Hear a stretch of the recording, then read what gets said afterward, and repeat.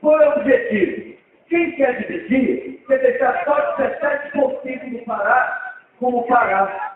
Mais da metade, mais de 50%, ficaria com o estado do Tapajós. E a outra parte, o estado do Carajás. Mas quem vota? Aí diz, nós queremos votar em nós mesmos. Ou seja, quem é do Tapajós, decide se cria o Tapajós.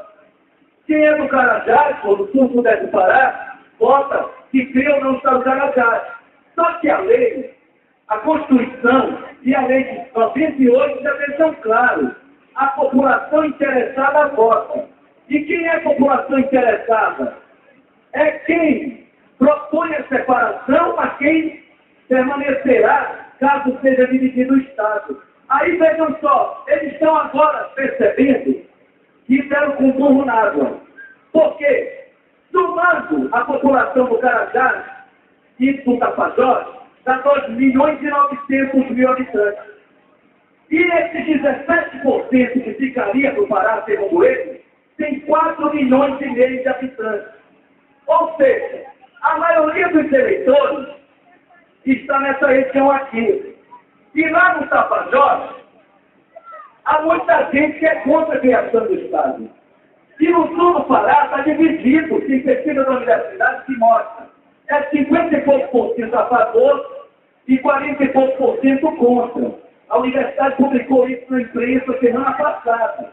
Que mostra que está dividido. Se vota todo mundo, o Pará não se divide. Tem gente humilde que não consegue entender que o que falta é pensar um outro tipo de desenvolvimento. Porque se a gente for aqui na periferia de Belém, que foi a Nanideu ou Marituba, vai ter muita pobreza, falta de saúde, de educação, etc. Falta de infraestrutura, de saneamento. Mas é claro, quem está muito distante de Belém acha que aqui está uma maravilha e lá está tudo muito ruim. Lá está ruim, mas aqui também precisa melhorar e muito.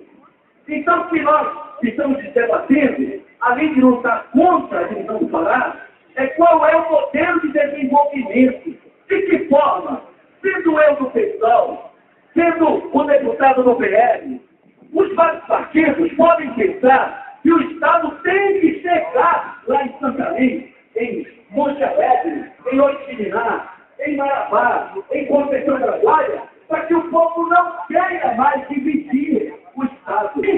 Por que então dividir? Se o dinheiro vai ser gasto na manutenção da máquina, é o mesmo dinheiro, vai faltar ainda mais para a infraestrutura, para a saúde e para a educação. Então, quando aqui eu digo, vamos manter o Pará unido, não é que eu não respeito a opinião daquele santareno, daquele de Itacunha de Monte Alegre, que está se sentindo abandonado. Ou alguém lá de São Geraldo do Araguaia,